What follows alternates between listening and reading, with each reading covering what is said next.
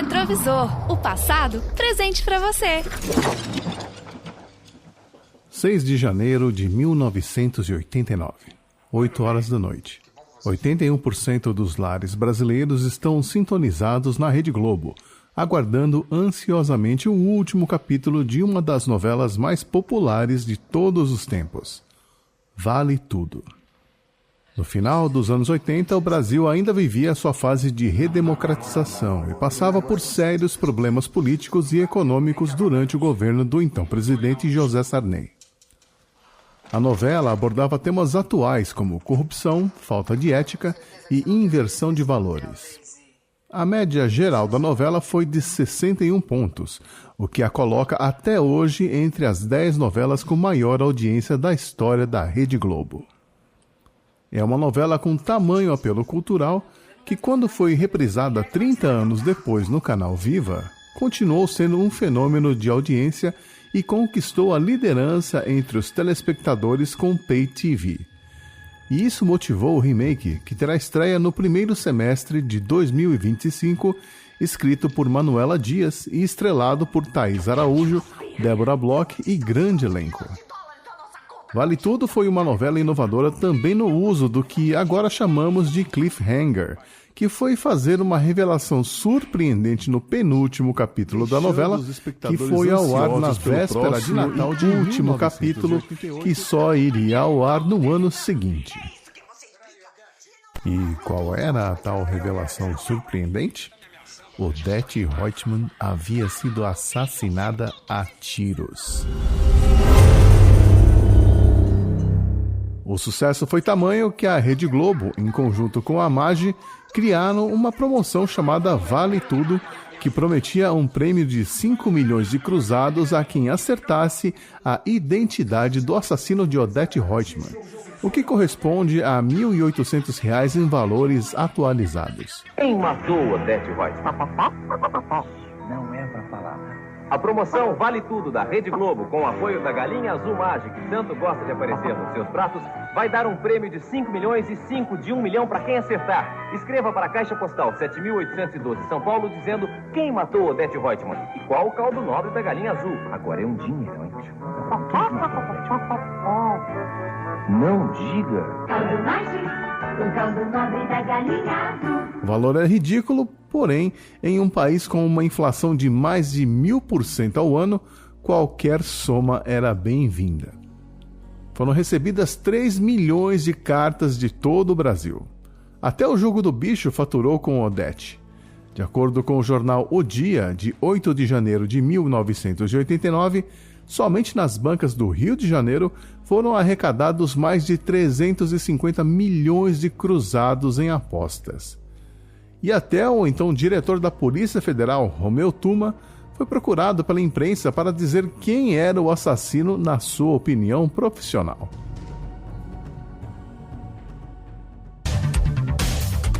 Pelo retrovisor, o passado presente para você.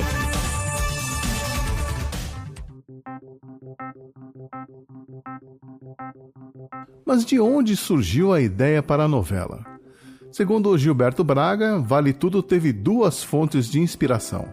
A primeira veio do filme Alma em Suplício, de 1945, de onde veio a ideia de uma mãe que sofria com o desprezo da filha. E a segunda fonte foi bem mais inusitada e surgiu durante uma reunião de família na casa de Gilberto.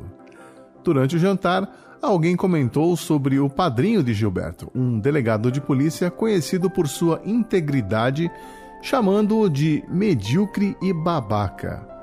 Ao questionar o motivo pelo qual o padrinho tinha aquela fama, o comentário era que ele poderia estar rico, já que foi delegado em Foz do Iguaçu e em Belém, e que seus predecessores tinham casas luxuosas e posses, enquanto ele não tinha nada. Incomodado com a percepção dos seus familiares de que alguém incorruptível, que levou uma vida honesta e digna, seja um babaca porque não se aproveitou da situação para ganhar dinheiro ilicitamente, Gilberto discutiu e argumentou que todos deveriam ter orgulho do tal padrinho. Mas percebeu que aquela discussão seria um ótimo pano de fundo para uma história tipicamente brasileira. Ele compartilhou a ideia com Aguinaldo Silva e Leonor Basseres, e juntos decidiram desenvolver uma novela que explorasse o conceito de honestidade em uma época marcada pelo famoso jeitinho brasileiro. A novela não só criticava os valores morais da época, mas também refletia as tensões do período pós-ditadura. Ela ajudou a moldar o debate público e influenciou a percepção da população sobre os desafios da redemocratização. Alguns até dizem que Vale Tudo contribuiu para o clima de insatisfação que levou à eleição de Fernando Collor em 1990.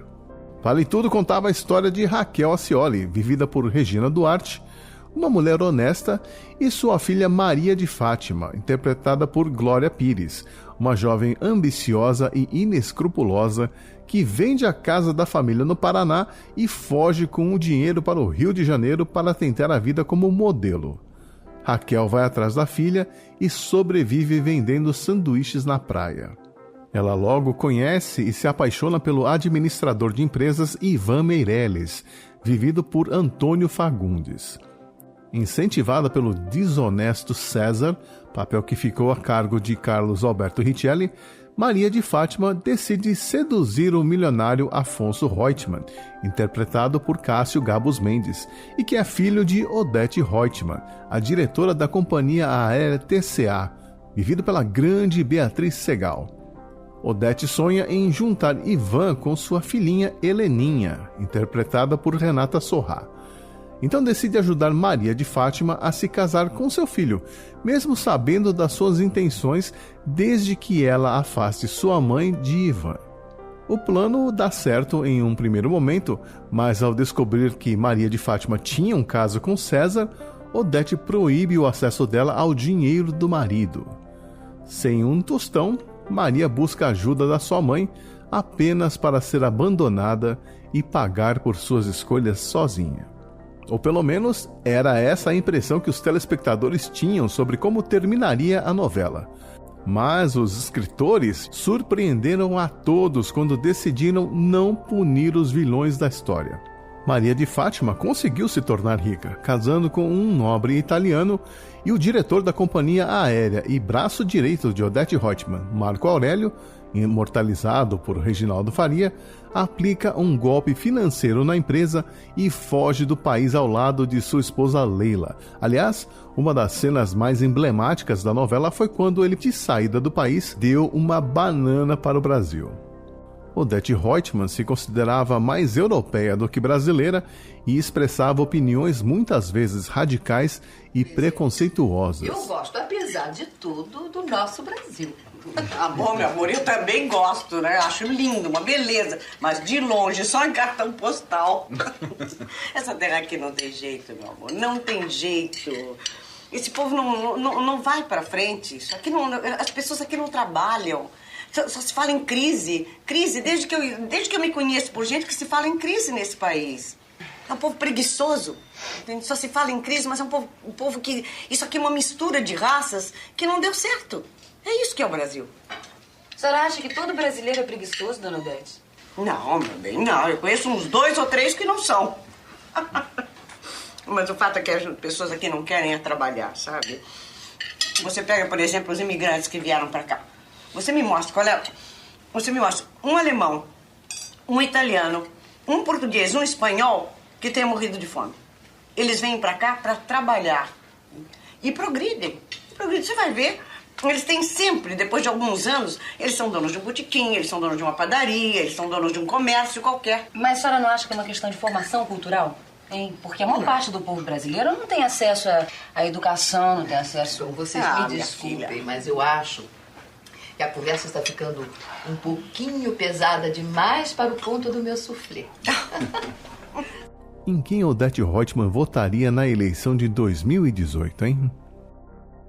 Mas voltando à famosa cena do assassinato de Odete Reutemann, quem teria sido o autor ou a autora dos disparos que ceifaram sua vida?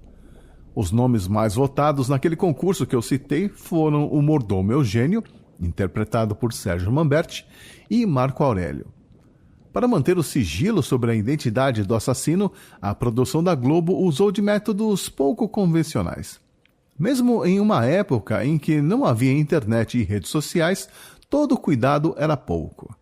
Assim, naquela manhã de 6 de janeiro de 1989, diversos atores da novela Vale Tudo se reuniram na sede da Rede Globo, localizada no Jardim Botânico, na zona sul do Rio de Janeiro. Eles se vestiram com os trajes de seus personagens e aguardaram instruções do diretor Denis Carvalho em diferentes salas. Foram entregues 5 roteiros diferentes, com diferentes assassinos em cada um deles. Nem mesmo os atores sabiam qual daqueles finais era o verdadeiro. Após algumas horas, o grupo foi convocado para uma reunião onde foram informados sobre a identidade da pessoa que efetuou os disparos. Com exceção dos atores que gravariam a cena final, todos foram dispensados e retornaram aos seus lares. Denis Carvalho então dirigiu a gravação e, menos de 8 horas depois, a cena seria exibida no último episódio de Vale Tudo. Ela mostrava que a personagem Leila, interpretada por Cássia Kiss, que coincidentemente comemorava seu aniversário de 31 anos naquele mesmo dia, havia matado Odete por engano, acreditando estar atirando em Maria de Fátima, que era amante de seu marido. Todo mundo me avisou, até a mãe dela me avisou, eu fui uma imbecil. Vocês me traíram de uma forma drástica. Mas do que você tá falando, Leila? Nega. Leila. Peraí. Nega. Peraí, esse negócio tá carregado, Leila. Quero ver você ter coragem de negar agora. Nega, eu te meto uma bala na cara, nega. Negar o quê? O que eu vou negar? Não! Não é você que tá merecendo uma bala, não. Eu tô com mais raiva dela. É ela que eu tô querendo. Leila! Leila!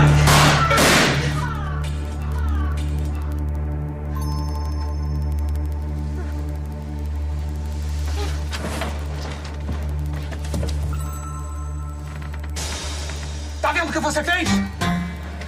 Tá vendo o que você fez? Leila não era uma das principais personagens na novela e, inclusive, o seu nome era pouco citado entre os palpites do público sobre a morte de Odete. O final agradou o público em geral, mas não o dono da Globo, Roberto Marinho, que achou o desfecho muito óbvio. Beatriz Segal fez tão bem o seu papel que nas ruas ela tinha que lidar com o assédio das pessoas que não conseguiam separar a atriz do personagem. Aliás, Beatriz era o extremo oposto de Odete e abominava as ideias e as falas da personagem, chegando a ficar nauseada após algumas cenas. Você seria capaz de ser tão má quanto Odete Reutemann? Você é capaz? Me faria muito mal. Muito mal. Mas eu não sei se em determinadas circunstâncias eu... Não sei, Marília. Talvez sim, se fosse por uma boa causa. Entende? Eu acho que por uma questão de justiça é que a gente sempre... Você vê esse programa agora, como é que se chama? Esse que você julga, como é? Você decide, né? As pessoas querem tanto ser boazinhas. As pessoas que, quando respondem para o programa, elas querem tanto... Não, isso aí não se faz, não se acusa papai. Não, coitado do homem, fogem com a mala de $20 mil. Ele estava precisando e coisas desse tipo. Que mundo é esse em que a gente vive? Não. Você tem que seguir uma determinada linha, uma determinada moral e ter seus princípios. Então, se você, para seguir um determinado princípio e manter uma certa moral e uma certa verdade, isso for considerado mal, eu sou capaz de ser má. Nessas circunstâncias, sim. Mas nem mesmo o tamanho sucesso foi suficiente para trazer à atriz Beatriz Segal o reconhecimento da Rede Globo.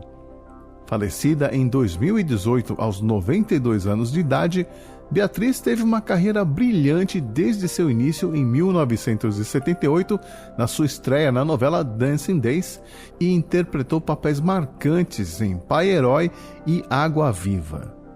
Após o sucesso de Vale Tudo, Beatriz participou de tramas como Barriga de Aluguel, De Corpo e Alma e Sonho Meu. Seu último trabalho foi em Anjo Mal, no ano de 1997. A partir daí, ocorreram diversas participações pequenas em novelas e séries, finalizando sua carreira em um episódio na série Os Experientes em 2015, pouco antes do seu falecimento por complicações do Alzheimer. E ela levou consigo uma grande mágoa, a de nunca ter sido contratada da Rede Globo, sempre trabalhando e sendo paga por obra. Mas seu legado permanece vivo. Em 2004, a personagem foi eleita a maior vilã da TV brasileira em enquete realizada pelo jornal O Estado de São Paulo, levando quase 1/3 dos votos. Eu sou o Xi. Obrigado por ouvir mais um episódio do Pelo Retrovisor, que volta em breve com outra memória daqueles distantes anos 80. Um abraço e até lá!